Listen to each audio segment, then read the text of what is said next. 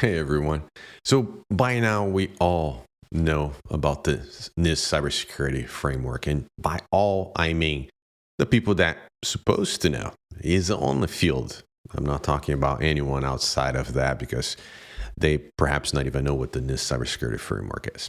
But anyway, the area that caused the most attention and the most change was the govern function that was created.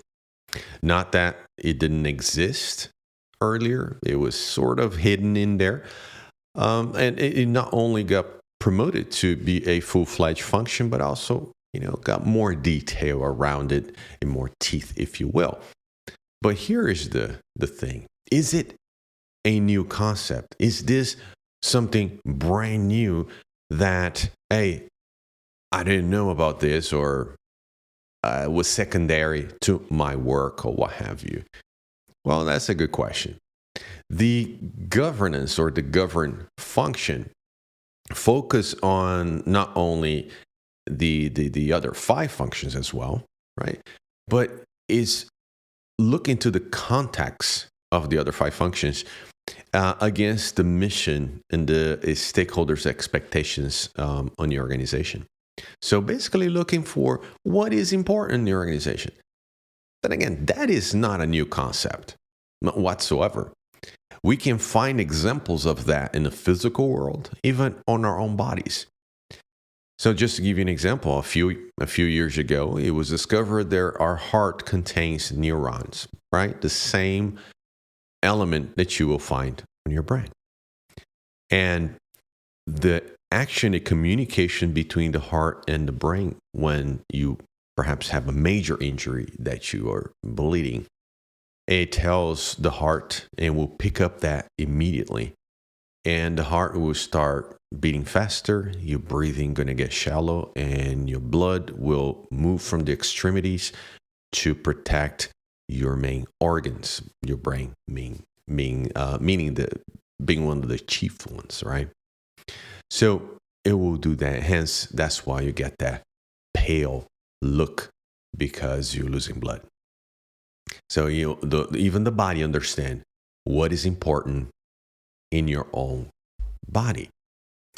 So in the physical world, since we are an election year, let's pick on a president.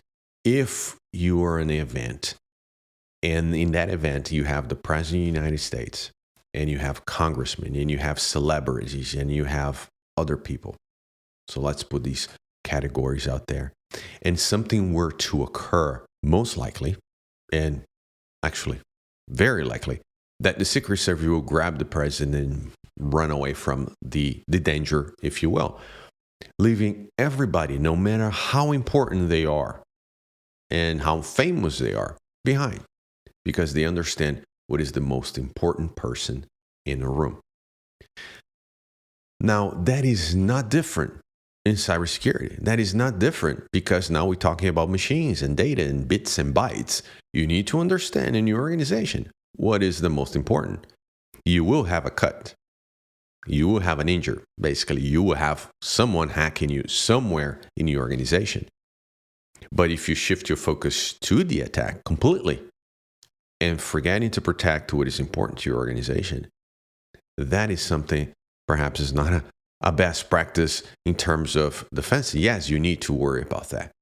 But are you heightened the alert? Are you heightened the protection of those systems that are important to your organization?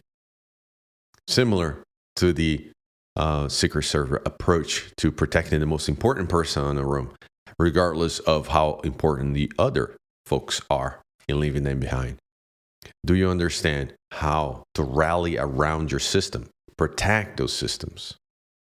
So not only don't put 100% of your staff dealing with that, you will need to take care of the attack. I'm not saying, hey, don't worry, let me protect. You're not going to get here. But you need to understand to protect those systems is part of the strategy, understanding them. There is that correlation between the physical world and the digital world. And there's no difference. So this new govern function that we thought, well, this is brand new.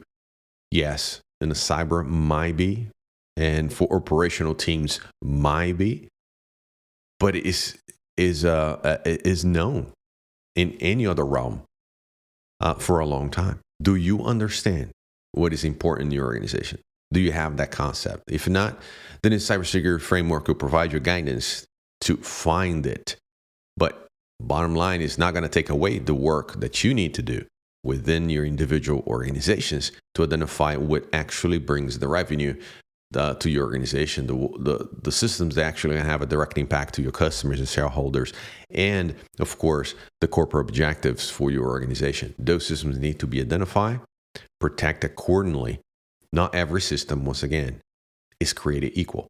Not every system is high, because if everything is high, if everything is priority number one, basically you don't have any priorities. So understand, identify them, protect them accordingly.